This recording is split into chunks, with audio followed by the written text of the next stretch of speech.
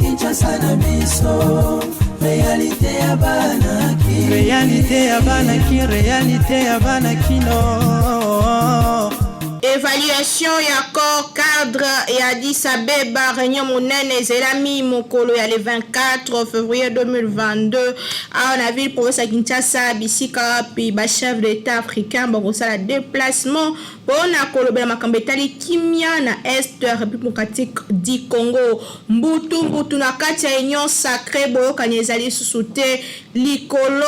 ya ba poste ya ba candidat gouverneur pe vice gouverneur nini penze ezosalema kuna bateta nyonso na kati ya dichamps mokolelo na zane sengo mingi ya kopresenter les bino. Bote édition le bandi tika to fongola yango na likambete d'évaluation ya corps cadre ya Addis Abeba oyo ezala signé uta 2013 tokomi wapi lelo oyo tête à tête moko et salemi entre président ya RDC Félix Tshisekedi na Jean-Pierre Lacroix mokolo ya lelo na cité Union africaine balobeli nini image et commentaire. Secrétaire général adjoint des Nations Unies chargé à l'opération de maintien de la paix Jean-Pierre Lacroix a commis à Kinshasa mercredi 23 février 2022 à Lelo. Jean-Pierre Lacroix a kozwa par na réunion au Salema mokolo ya jeudi 24 février 2022 lobby réunion ango ezali réunion a suivi accord cadre pour la paix et la sécurité paix et coopération pour la République démocratique du Congo.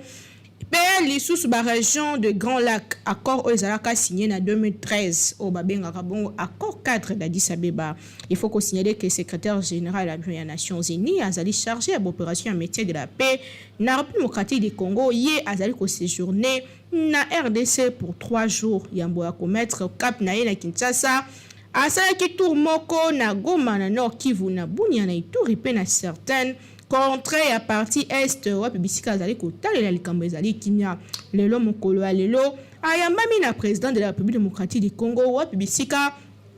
tête à tête moko esalemi po na ko évaluer accord cadre ya Addis Abeba pe ba retomber na yango na kati ya RDC pe ba pays de Grand Lac tozoli ki réunion oyo e ko salema mokola lobby e koloba nyonso likambo etali bongo kimia oyo ezali toujours sujet ya urgence pour komboka na biso et kende liboso pe sécurité ezala établi développement pe mbala mboka Congo basepela bazala na kimia tozoli ki toujours na kimia oyo kozala durable ndenge moko président de la République démocratique du Congo Félix Antoine Tshisekedi Tshilombo alakaki azali pe kokoba kosala mosala po ko nyonso ezala na kimia Kinshasa et l'équipe partout. Tellement les bandes de problème mbutu na kati ya union sacrée banani bazui mingi banani bazui te mosaïque PPRD ba rejeté en bloc ticket ya union sacrée pour la nation na o etali bongo ba élection ya gouverneur pe ba vice gouverneur o ko salema le 6 avril prochain bon ba sengi chef de l'état congolais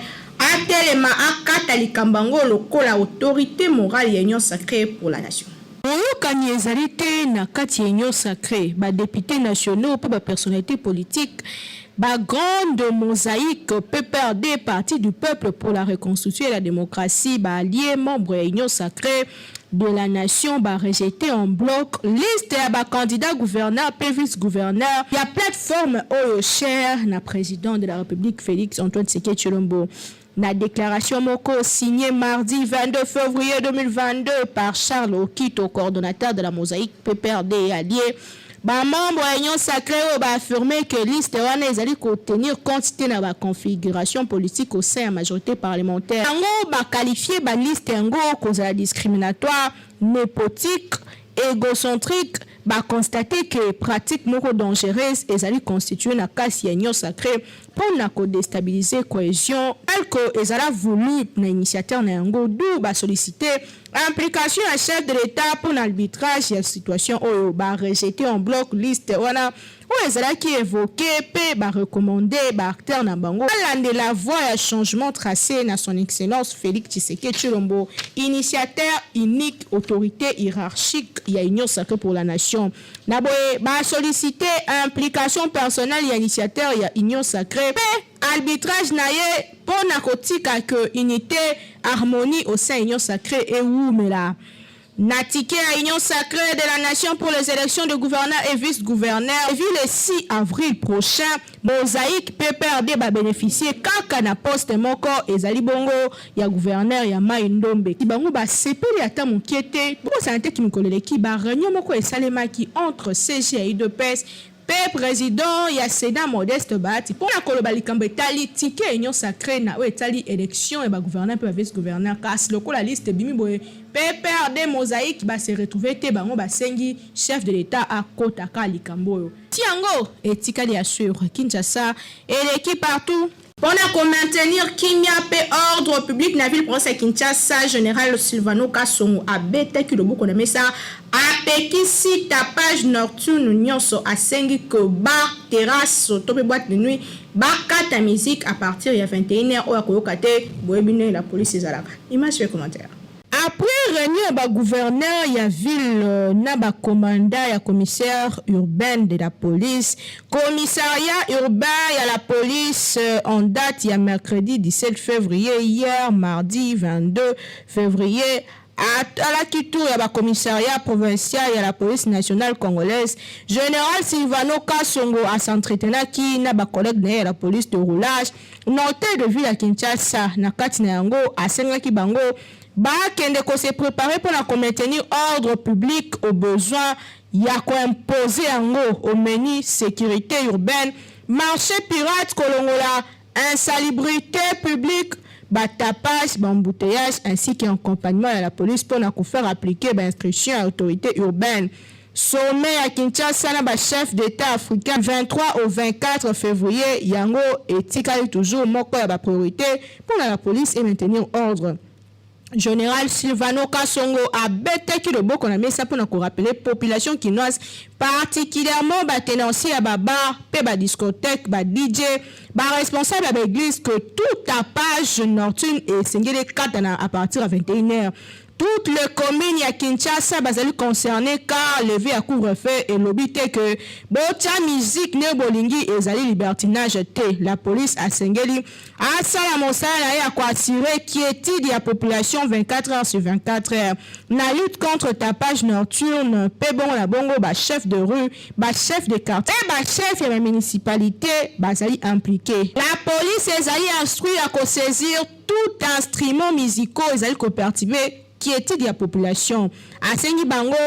les Kaledisika Nyonso, selon Maloba gouverneur, Bapekisi tapage nocturne na ba capitale congolaise Mobimba. À partir de 21h, juste musique Bokata. S'agissant des marchés pirates, en comblant les voies publiques, à l'objet que ba commandant urbain, ba tambola bisika nyonso, pour na évacuer besoin. Kokanga ba vendeur ba ko bengana karate bakangi biloko ba kokanga na moto azali koteka na balabala tout en déplorant accident esalaki na matadiki bala na o esalemaki lundi 21 février na beach ngobila na commune ya Gombe asengi na ba policier bazwa ba responsabilité na bango na maboko. Général Silvano Kasongo azongelaki arrivé ba chef d'état na Kinshasa oyo ba chef africain o ba kokoma mokolo ya lelo pe lobi président d'Afrique du Sud, Burundi, Ouganda, République centrafricaine, République ya Congo, Naboé, Asengi, la police va travailler en synergie, pe na discipline pour accueillir ba haute paix, ba président o ba koya kokutana homologue na bango Félix Antoine Tshisekedi na cadre ya réunion moko évaluation ya corps cadre ya Addis Abeba. Naboé, pour na 2 jours spécial o Asengi courtoisie routière pe accordé ba conducteur ba sala kanyon so pona ko abiser na nzela te alobi que ba roulage batika pona 2 jours o ba conducteur ba tambola malamu na kimia pona ko permettre que circulation ezala kitoko na boye asengi na population pe baza na kimia pe ba réserver également accueil moko chaleureux na ba haute marque du chef de l'état o bakoya asengi na population baza la discipliné pe courtois lorsque baza na voie publique pour que population ya ville province ya Kinshasa tambo na kimia pe milulu oyo elekana kasi moto ya koboya mibeko ya l'état ye akokutana la police na nzela na ye Kinshasa et l'équipe partout. Likambata bongo système ya LMD ministre ya ESU Moindo Nzangi alobi que yango ekozala appliqué année ote na ba classe nyonso kaka na ba classe ya recrutement azalaki na réunion mokola lobi eleki na ba chef ya ba établissement ya ba université pe ba scientifique elekana ki ndenge nini image sur commentaire ezalaki levé sur application ya système LMD. En effet, consécutivement aux instructions du chef de l'État, mais aussi face à des contraintes liées notamment à la grève du personnel académique et scientifique, représentant il y a différents conseils d'administration des établissements d'enseignement supérieur et universitaire du pays. Et le sous-ministère il y a eu résolution, il y a tempérer processus, il y a basculement vertical, il y a système LMD dans le cannabiso, ici que ekozala d'abord horizontal, soit ba classe de recrutement kaka ne ba organiser système LMD na ba établissement nyonso public to peu privé pe lisusu na ba filière nyonso. On a ministre cette année académique et eu retard lié notamment à la grève il y a 2 mois des enseignants, raison pour laquelle basengi comité de gestion ba basculer horizontalement yango ko salema chaque année na ba filière nyonso pe basculement vertical et Kosalema année prochaine. To noter que ministre Moindo Nzangi a précisé que l'établissement autorisé à organiser LMD à poursuivre sans problème. Ça na bango nenge salema toujours. O bazalaki na L3 koleka na M1. O bazalaki na L1 kozala na L3 kasi ekobanda nanu na niveau ya ba classe ya ba recrutement. Yambo bazali nanu kozwa tango ya komirir basculement global au ekosalema l'année prochaine. Par ailleurs, participants à la réunion ango sepela ki makasi na récit déjà enregistré na basculement ya système LMD pe grande exigence ya réforme au ezali déjà atteinte. Atalisaki que na filière rebelle na université déjà baza prêt pour basculer na système LMD. Autour ya ministre Moindo Nzangi mardi oyo ezalaki bongo secrétaire général ya ESU, président ya conseil d'administration ya université pe institut supérieur. Institut supérieur o bazalaki ebele liboso na yo na kozwa orientation oyo etali bongo problème ya université a na mboka na biso na boye batalisi ke nyonso ezali kolandema pour que cours ezonga normalement pe bana sauver na bango année académique oyo kasi o etali bongo système LMD yango ekobana kaka année prochaine. Kinshasa et l'équipe partout. Spaghetti roni pe macaroni roni ezotekama partout bosi bo message na yango eza bongo ba produit ya Beltesco somba lia pe kobosana te talaka mingi logo ya Beltesco po yango nde eza original pesa na ba vitamine ebele. Bayeli susu bango banani société Beltesco toujours ndenge amesana kosunga population congolaise sikoyo ayeli bino eloko ya motuya tunanga nini ezali bongo spaghetti roni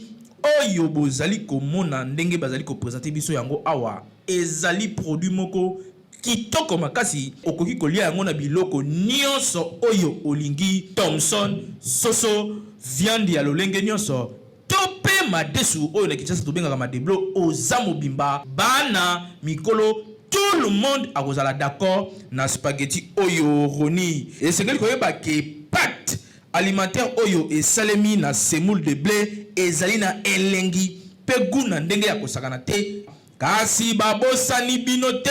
baye nyonso oyo pe baza batu ya ba nostalgie balela ba macaroni Beltesco acheli bino pe lisusu macaroni roni yango pe lisusu ndenge moko gu ya ndenge ya kosakana te elamba makaka ndenge moko mwa ya muke ya moto etoki oche yango na kati quelques minutes après ebeli bana ya classe ba papa na tongo va bakende musala yo pe mama soko ngo kende marché okoki ko beta yango repas moko ya 5 minutes esangisi libota mobimba pe bozali calé na journée bokoya kolia kaka na pokwa vérifiez toujours logo ya Beltesco tango ozali kosomba po ba mwifi na Kinshasa bazali ebele po yango nde ezali ba produit ya qualité supérieure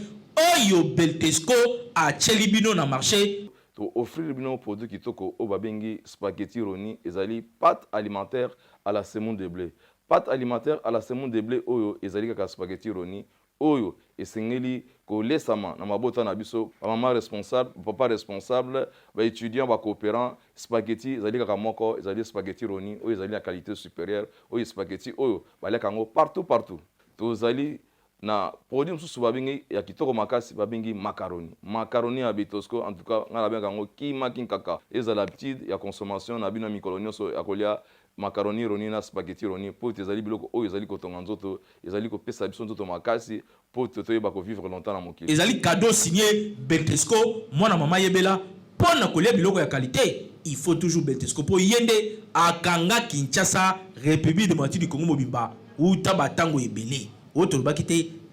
Tolobi Kinshasa et l'équipe partout.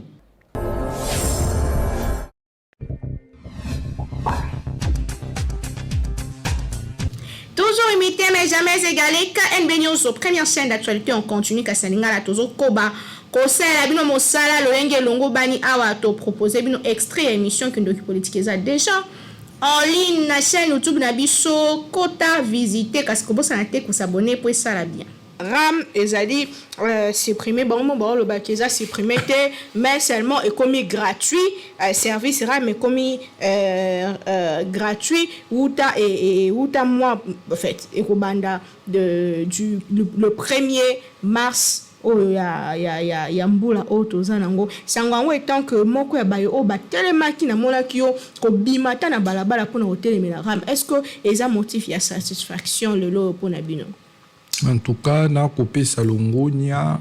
na ba vaillant héros baninga nanga ba activiste o ba bundaki poete eloko yo ezala supprimer parce que mon mboka utikolo bangwawa ngai providence lokuli elongola baninga mususu ya archa tozala ki bongo molesté.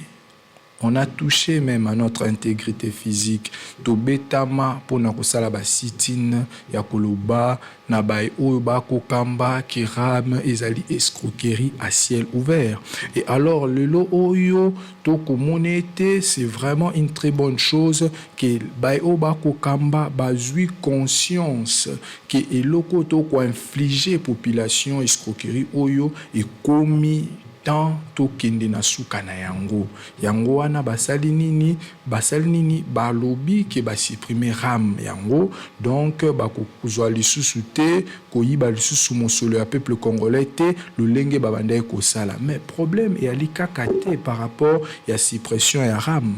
esengeli to loba oui depuis babandi makambo ya RAM wana mwana mboka bazui combien ODEP a lobby plus de 250 millions de dollars. Oyo ezali non retracé. Mais bazwa ki yango nanzela ya mosala ya RAM mwana mboka Naomi. Et alors sans compter ba oyo ezali retracé parce que ministre ya poste qui basa tango aleka ki na parlement batuna ki ba motuna okomona tantôt kolobete e ko kende soit na compte tel akolenga azala na ba incohérence akokoka kolobate réellement mbongo ya RAM e ko kende wapi mais loko moko toyebi oyo ezali vrai que mbongo ya RAM ba soutira ki yango na petit peuple oyo azanga kaya kolia o avivaka na moins de $2 par jour. Petit peuple atteint sakaba na pasi. Petit peuple o afutaka transport na pasi. Petit peuple o yo lipa e ali talo makasi pona yo alala kanzala. Akozwa mwa crédit na ye po abenga mwandeko mwa mama leki mwa nini poete amilesa to amitani mais ça mboka nyonso ba taxes ala quand même ceux qui mboka za pasi je vais y arriver mwana mboka na omipila okomone ete bako futisa ye na escroquerie bako sala ki moto makasi l'état a commis ole a protéger l'état a commis nde ko beta population makofi akobotula ye yango na biso to koloba boye certes ba supprimer RAM mais to koloba boye il faut ba restituer na population mbongo na e banso oyo bazwa dans les cas contraires biso population elongo na archa toko sala bongo marche monene pona koyebisa bai oyo bako diriger que non escroquerie na bino et monani ezali à ciel ouvert to koloba boye il faut bo restituer les biso mosolo olobi ete même na ba mboka mopaya ba mboka ya lopoto ba taxe ezalaka oui moi na mboka c'est vraiment bien parce que toi libongo na auto bengi état fiscal c'est-à-dire il faut ba taxe il faut ba impôt pour renforcer ba service public à l'état mais problème est ali taxe ezalaka taxe était pour motomoko alamuki na tongo assigné arrêté alobi ete komi taxe non taxe il le faut ezala na loi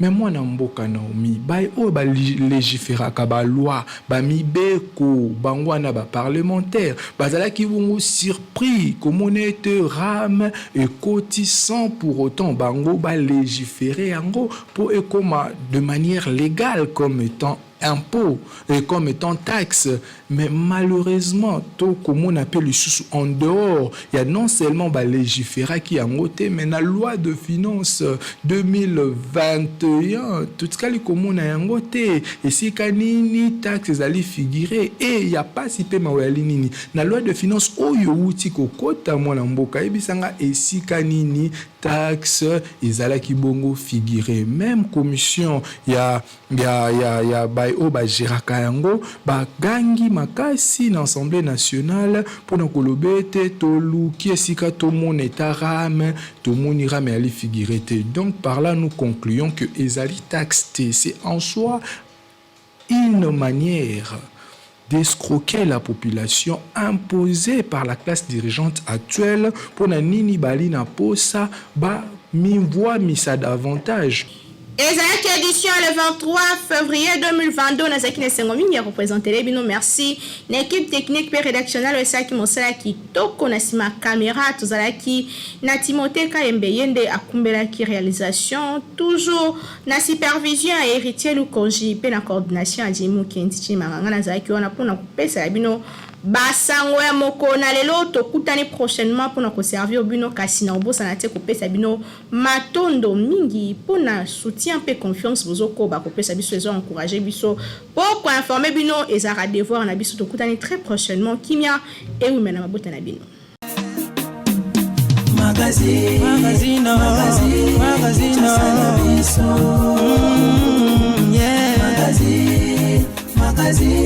Kinshasa na biso réalité ya banaki réalité ya banaki no